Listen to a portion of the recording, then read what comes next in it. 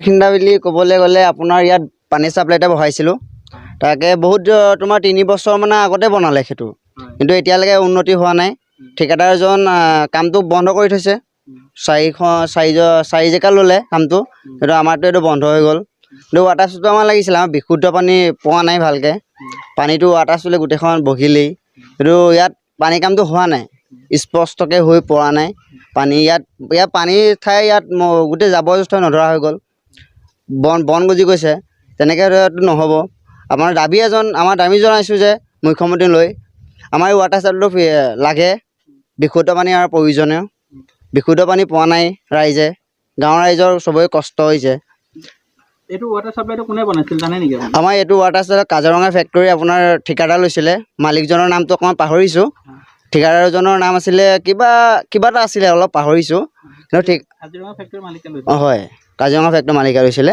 কিন্তু কামটো 4টা লৈছিলে, কিন্তু আমাৰ এইটো এতিয়া বন গজিব হৈ গ'ল, কিন্তু কামটো হোৱা নাই। এতিয়া মুখ্যমন্ত্ৰী কি ক'ব? মুখ্যমন্ত্ৰী এটাই আহ্বান জনাইছোঁ যে আমাৰ কামটো কৰি দিব লাগে আৰু বিশুদ্ধ পানী আমি পাব লাগে।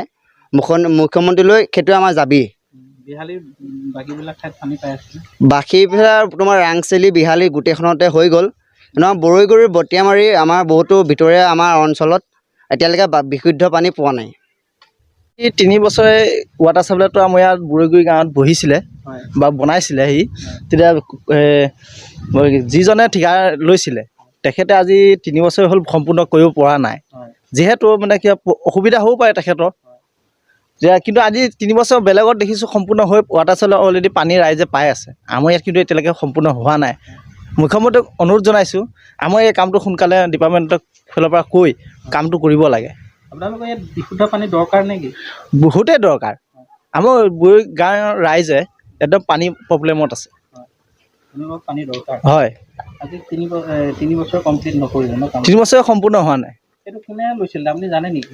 ফেক্টৰীজনৰ যিজনে লৈছে এজনৰ নাম বিশেষকৈ নাজানো, কাজিৰঙা ফেক্টৰীৰ মালিক বুলিহে আমি চিনি পাওঁ। এতিয়া দেখিছোঁ গোটেইখন মদৰ আড্ডাহে হৈছে ইয়াত। হয়, কামটোৱে সম্পূৰ্ণ হোৱা নাই। সোনকালে লাগে। মুখ্যমন্ত্ৰীক আমি অনুৰোধ জনাইছোঁ, সোনকালে কামটো কৰিব লাগে। এইটো ঠাইটোৰ নাম কি? বৰৈগুৰি ৰৌমাৰী। 3 বছৰ হোৱা হ'ল ন? হয়, কামটোৱে সম্পূৰ্ণ হোৱা নাই এতিয়ালৈকে।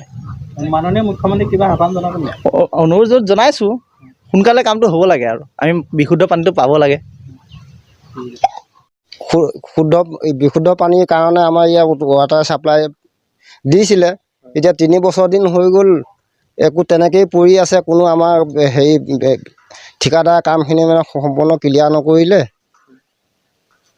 তাকে এতিয়া চৰকাৰে মানে কি ঠিকাদাৰ মানে কৰিলে, পঠিয়ালে, কামখিনি কৰা নাই। তাৰ ঠিকাদাৰক মানে বিহিত ব্যৱস্থা দি পিনে কামখিনি আগুৱাই নিব পাৰে যেন তাকে কামনা কৰি আছোঁ।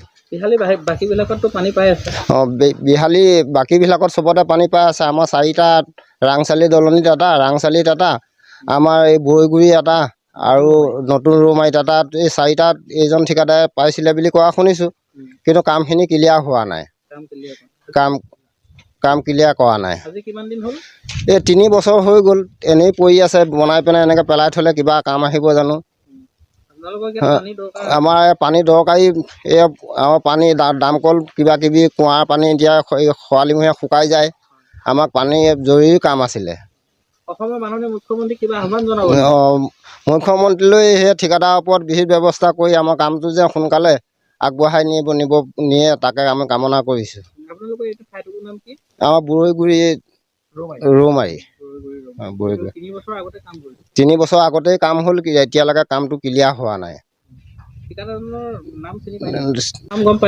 ঠিকাদাৰৰ নাম বিশেষকৈ গম নাপাওঁ। এতিয়া এনেই অহু কাৰণে শুনিছোঁ, সেই কাজিৰঙা ফেক্টৰী মালিকজনে বনাইছিলে বুলি কোৱা শুনিলোঁ। তাকে এতিয়া তেখেতৰ কি বিহিত ব্যৱস্থা কৰি আমাৰ কামটো যেন আগুৱাই নিব পাৰে। 4টা স্কিমৰ কাম কৰিছিল। 4টা স্কিমৰ কাম কৰিছিলে, এটাও সম্পূৰ্ণ হোৱা নাই। বাকী পিছত বনোৱাও লগৰখিনি হৈ গ'ল, আমাৰ এই 4টা হোৱা নাই।